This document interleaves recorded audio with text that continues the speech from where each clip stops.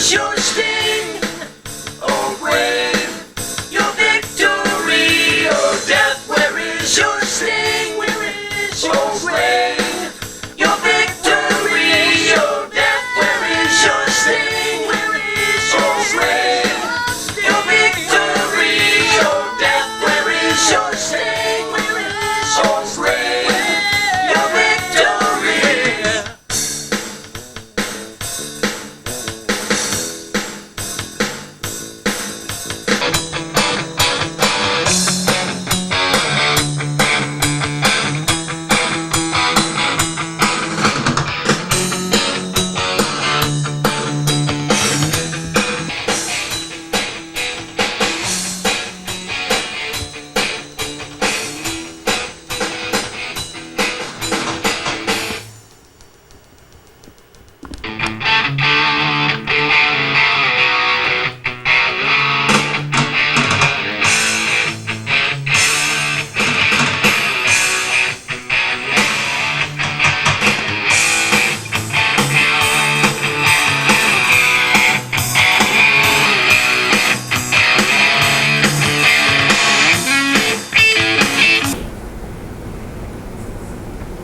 Alright, it's the man of the hour.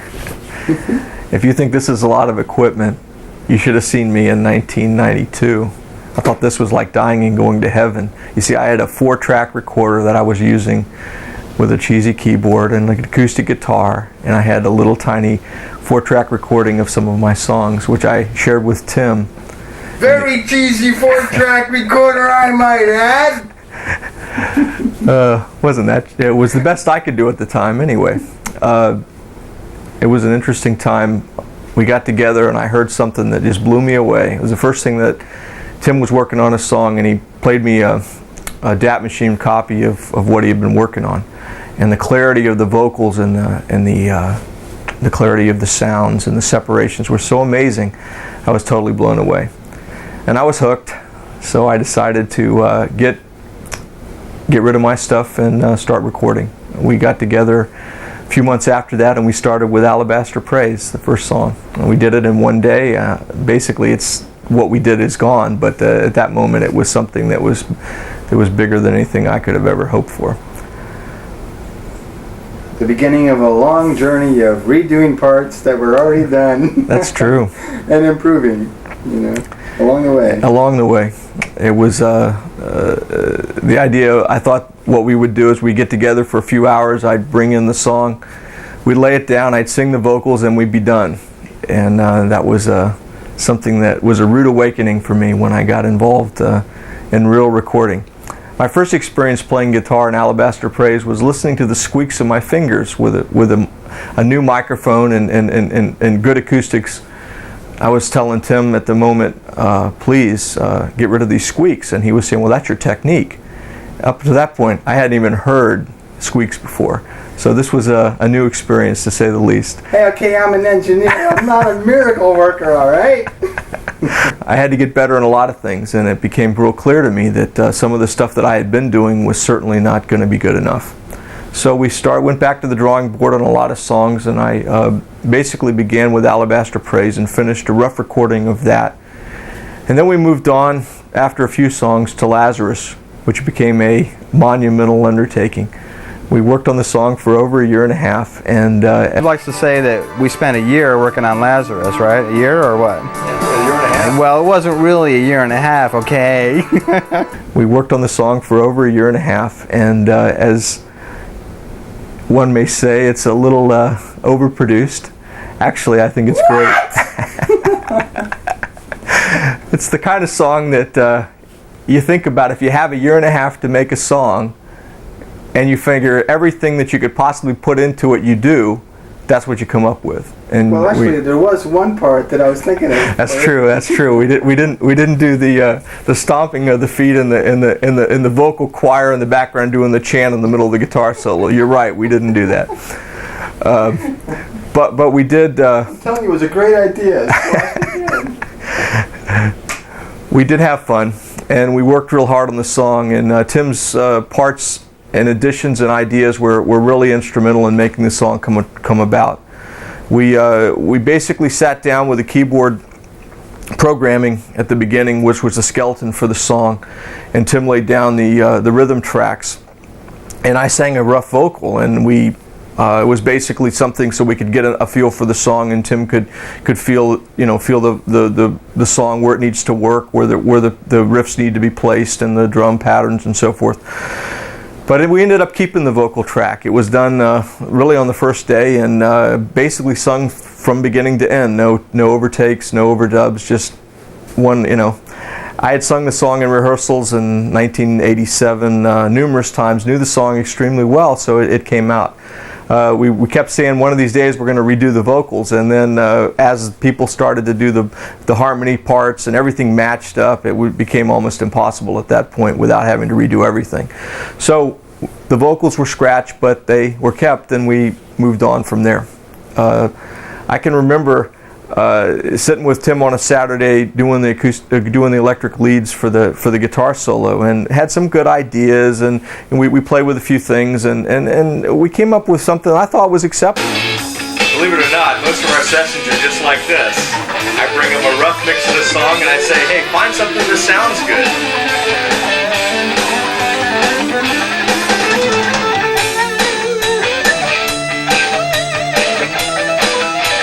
Just save a little bit of room for the vocals.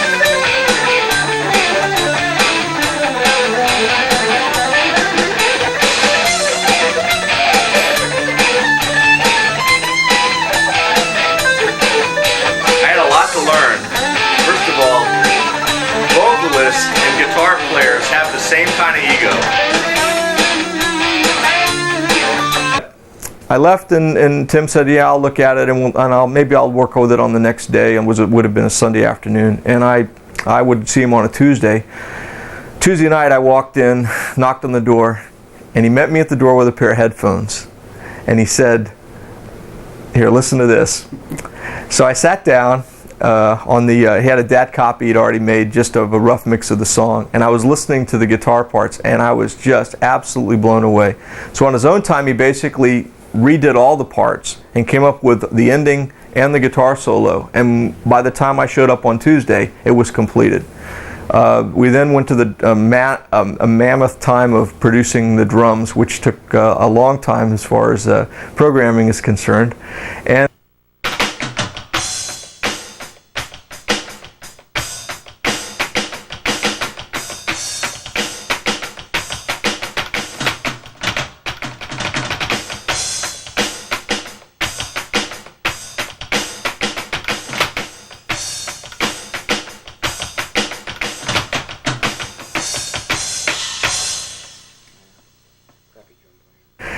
we spent hours on that. And then of course I was listening to a rough mix on a trip and came up with this idea for the background vocals. And of course I'm thinking in my naive state that these background vocals are going to be really easy. We'll just sit down and we'll lay out a few tracks, and we'll do a couple of voices.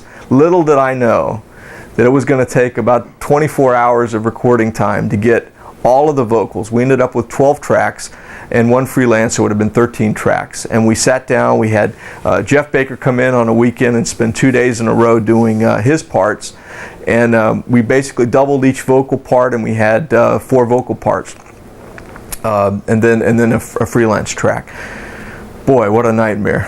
I think I made some enemies, and Susan Stahl came in twice to do her part, and then we got to the end and we thought, well, this is as good as it's going to get. Of course, Tim was never satisfied, but I thought, it's going to sound fine, and by the time he buried it with the guitars, you wouldn't notice anyway. So I quit laughing.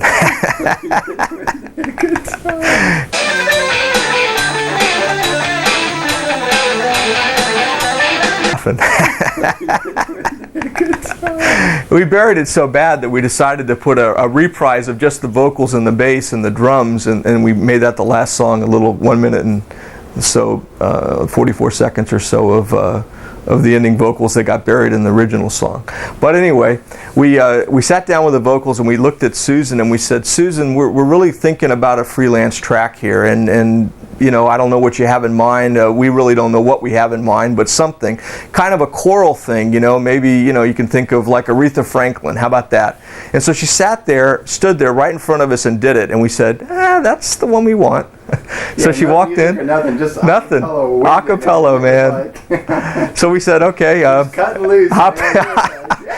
Hop in the cage. Let's listen to it. And she did it in one take. I swear, it was something.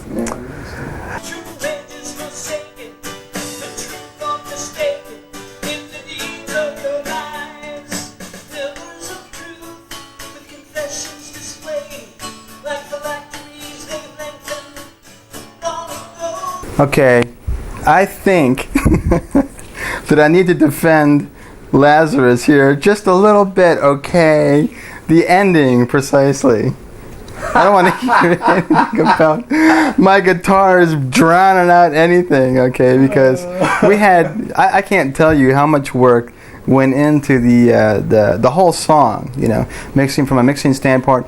We all made some mistakes, and we all did some learning and growing through that process. And actually, okay, I made the mistakes.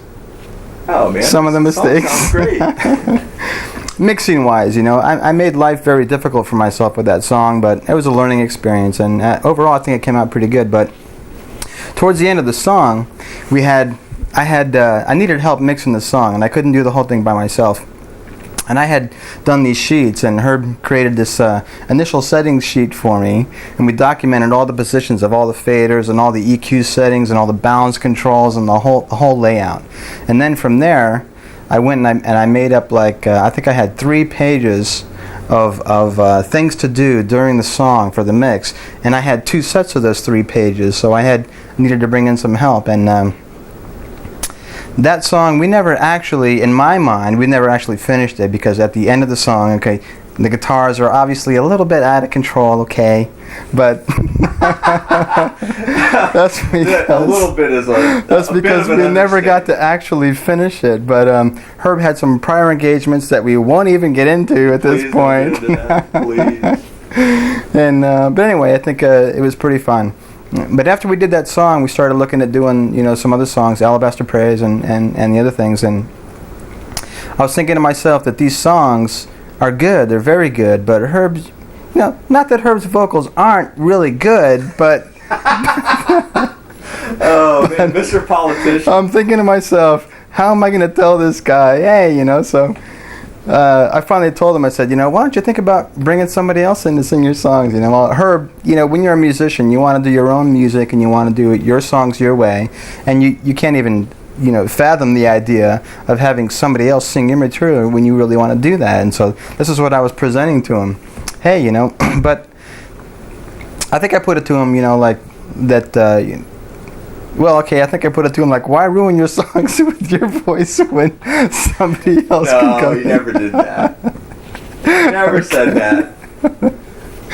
No, but really, we were thinking that if we had somebody who had a little bit more quality in their vocals, it would just improve the song. And that's what I was trying to get across to him. So we put an ad in the paper, and we were looking for singers. And we had a lot of interesting people come in. Some talented people, too. And Kevin, he's okay. And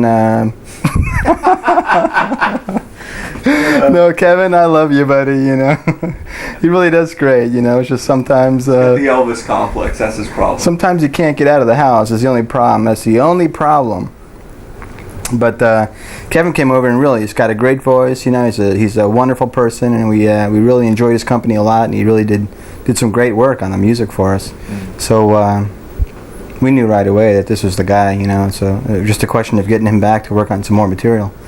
And so ultimately we went over some things and used him on a bunch of songs, and I think you know how it turned out. I like it a lot. It's great.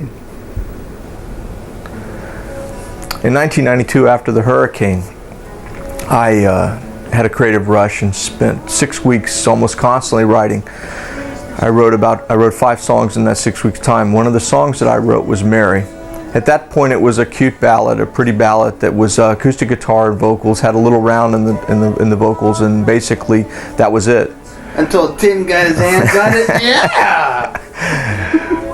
It was still a cute ballad even when Tim got his hands on it. But what happened was I began to think about the song, and I felt like it was kind of repetitive in the state that it was in. And I really looked at trying to change it up some. And we had done a lot of different things with Lazarus, and I really liked some of the changes and the kind of things where we had changes in the song. So I wrote a second part to the song, and I basically put the song into two halves. One half was the ballad, and one half was a little upbeat. I had to rewrite the words, and in 1994 I basically sat down to rewrite the second part, and the words just flew out of me, really basically out of 1 Corinthians 15. I was thinking about what Mary must have felt when she first found Jesus being risen, and recognizing him after not recognizing him, in that moment of rush when she realized, wow. I couldn't help but get 1 Corinthians 15 out of my mind, because it's the big resurrection chapter, and I really kind of sat down and laid out the words, and they just flowed. I brought it to Tim. It was on a Saturday. We had a few takes, and he had heard the song before. It wasn't the first time, but basically I brought him the second part, and we decided to try to blend the two parts together, and even with different music times, and one was 3/4, one was 4/4, tempo changes, everything. It was kind of a bizarre type thing, and we sat down, and as you can hear, Tim brought a riff that really fit into what we were doing with the chord progression. And that night we laid it down. We worked until 3 in the morning. We sat down, basically laid down most of the guitar parts, all the acoustic guitar parts and the electric guitar parts. Tim played both in this song. The song has really turned into a remarkable thing and a big effort, and we left it unfinished from 1994 until now, and in February we finished the song. Kevin came in and re-sang the vocals. I totally redid the keyboard parts. We added the bass and drums, which Tim programmed and played the bass, and we sat down with Kevin and reworked all of his vocals and his performance, which really turned out tremendous. The bridge is just something that I really love, and we always wanted a full bridge with a bunch of voices and this refrain, "Oh death, where's your sting?" And I really wanted something huge, and what I got was a compromise, but it was certainly powerful and sounds great. And again, the guitar parts were played basically on one take. We didn't really redo any of the guitar parts after that one night. Yeah, baby!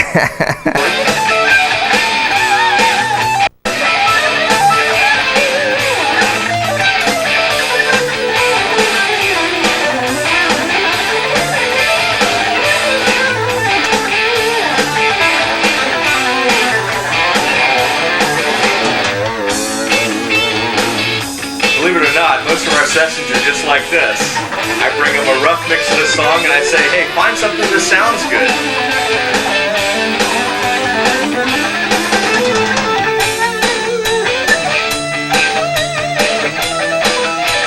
Just save a little bit of room for the vocals.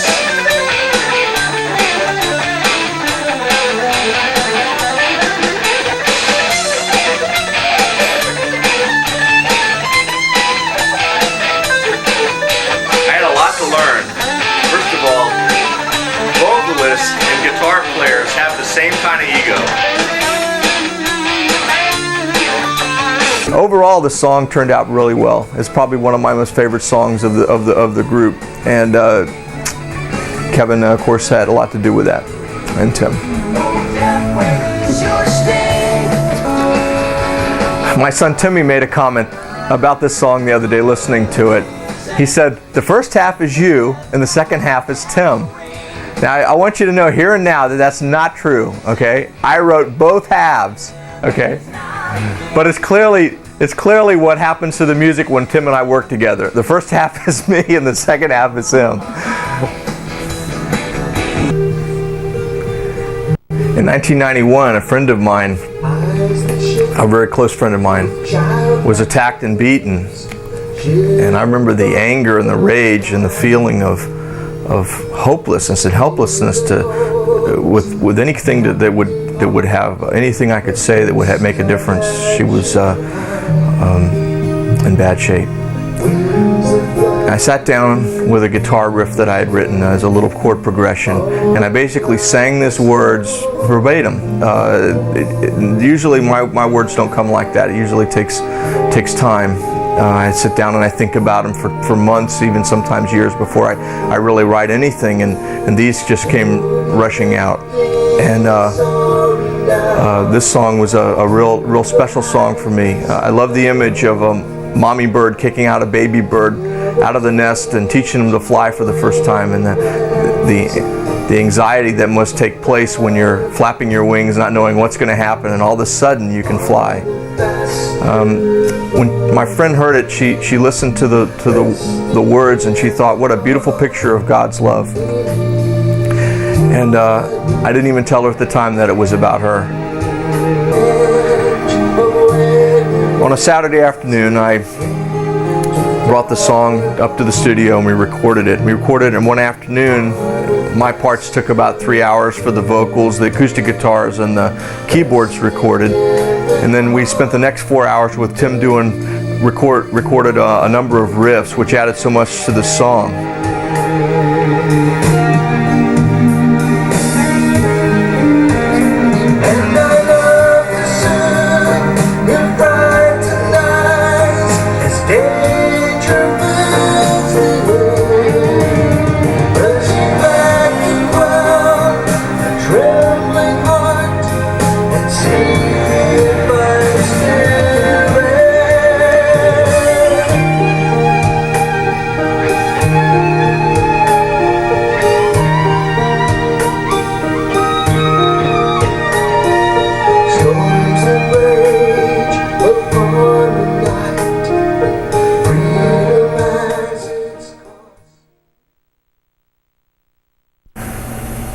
So, this is the studio. As you can see, it's not quite as sophisticated as Tim's version. This is my console, my recorders, my computer master, the DAT machines and are at the top, speakers for monitoring. In January of this year, I started working on a song that was something based on a concept and really a song in my head that had been there for about 5 years. Straining in Gnats and Swallowing Camels was a song that I had thought about for many years, and really had written some of the words. The chorus words had been written years before. And I just really never had a packaging for the song, a musical packaging that would give it the kind of power and intensity and overall feeling that I was looking for. In January, I started working on a chord progression that began to really come together. I laid out the acoustic parts, put in some of the keyboard parts, a rhythm track, and I brought in Kevin, and he began to work on the vocals. The vocals came difficult. It was a difficult song to sing. There was a lot of words to fit into the melody, and we worked fairly hard. I think we worked about 9 hours just on the lead vocals. There's a bridge in the song where it slows down and the tempo changes and it turns real nice, and it's kind of even though the words are pretty biting, the melody's sweet, and Kevin added some layered vocals into that were just really changed it.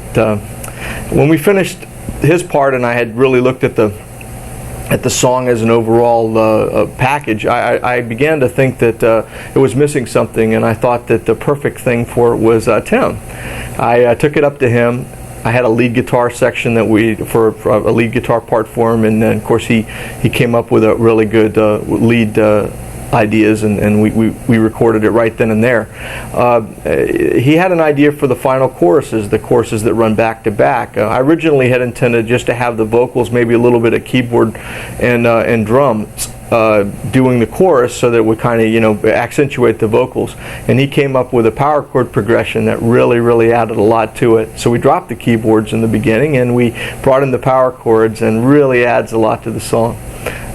We then finished the song off, and I went through the real challenging task of mixing the song. It was my first real song. I'd done other songs, but this one was when I was a keeper, so to speak. And trusting myself with a mix was something that was very, very humbling and very difficult. But at the same time, I was excited for the opportunity to put it together, and well, I like the results.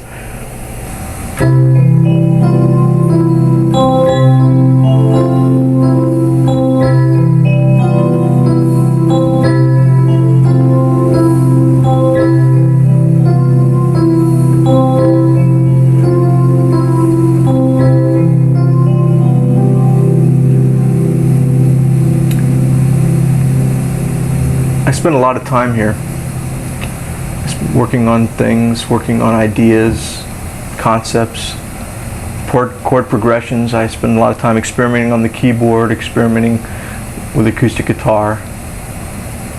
One Sunday afternoon a few months ago, I sat down and I wrote the chords and the progression to this song, If You Only Knew. I had been at a biblical communications class for some weeks prior to that, and during that time I began to examine what the people would really think if they knew me like God knows me. It was a really humbling experience, and I began to look at that in a way that I hadn't looked at it in some time. If they knew me like the Lord knows me, would they love me like He loves me? Do I love me? Would I love me? From that came a very humbling song. I sat down and wrote the words over a 2 or 3 day span, and then we kept it pretty simple. Kept a nice keyboard part with a little bit of drums and a little acoustic guitar and some background vocals. And the song's a sweet song that's haunting me as I listen to it now. Every album needs a title track. I had done the artwork for the album. It just kind of evolved. I began working on it, and the concept was clearly the narrow way. I thought, which would it be easier to do, to change some kind of the format of the album, or to write a song for the title track. So that's how I basically began. Writing the title track song was something that was going to be an afterthought, and certainly not one of the more ambitious projects. But what came of it was a very, very, very special thing. I sat down and worked out the keyboard parts and did actually a little mini concerto at the beginning, which was supposed to be nice until we got to the electric guitar. My only complaint, I gotta rag him on this, I have to, probably some of my tastiest guitar parts ever done on his music in the beginning. And what happens to him? He's cranking up the horns and everything. So I end up buried, but hey, I gotta razz him on something, because otherwise, he did such a good job, really. I hope you enjoyed it. It's been a lot of fun working on it. I sat down and played some acoustic guitar parts to the song, and I brought it to Tim. And Tim really liked the progressions and some of the ideas in the song from a musical standpoint. And we basically began to record electric guitar pieces for it, some riffs and some rhythm packages. It was nice, and it added a lot of power and strength to the song. So what became a rather sweet and a song of different levels and stages became more of a song of power and drive, and really, really liked the result. Finally, Kevin came in and sang the lead vocals over an evening, and I sat down with his vocals and my background. I got to use my new piece of equipment, the vocalist, on some of the background parts, which was very, very interesting. It's a new piece of equipment that allows me to sing harmonies and with relative ease. I enjoyed the parts that we could lay down and the more sophistication we could add to the vocal parts. It was really something. It's a very special song, one of my favorites now, and for an afterthought, it turned out really, really great. This is a tie clip microphone. Just pretend. Pretend there's a tie here. There I am. I'm all hooked up. It's been fun working with Herb and watching Herb grow over the years. You know, when he first came and started working on some music, his ideas were, he had great ideas, but wasn't sure how to carry them out to the fullest extent. And both of us, I think, have grown in the time because of the course of making this music spans over such a long period. Unfortunately, it would have been nice if we could have worked a little bit harder and more compact on it. Herb likes to say that we spent a year working on Lazarus, right? A year or what? A year and a half. Well, it wasn't really a year and a half, okay? We worked on it on the weekends and you know, evenings and that sort of thing, and there was some dead time in between there, but it did take a long time to get that done. But this song, Narrow Way, I can't believe it. I'm floored by the thing. I think it's great. Really excellent song, indeed. Good job. My only complaint, I gotta rag him on this, I have to, you know. Probably some of my tastiest guitar parts ever done on his music in the beginning. And what happens to him? He's cranking up the horns and everything. So I end up buried, but you know, hey, I gotta razz him on something, you know, because otherwise, you know, he did such a good job, really. I hope you enjoyed it. It's been a lot of fun working on it. Well, that's it. What a journey. Think about the humble beginnings and going from where I've come from to here is just inconceivable to me. And yet, it's here. And I've only scratched the surface in my own mind. I think that each time I improve and get better and better as life and as time goes on, who knows? Can't wait to get started on the next thing, though. We'll do that right away. I thank so many people to thank in this, and so many people have influenced me. It's been a real journey.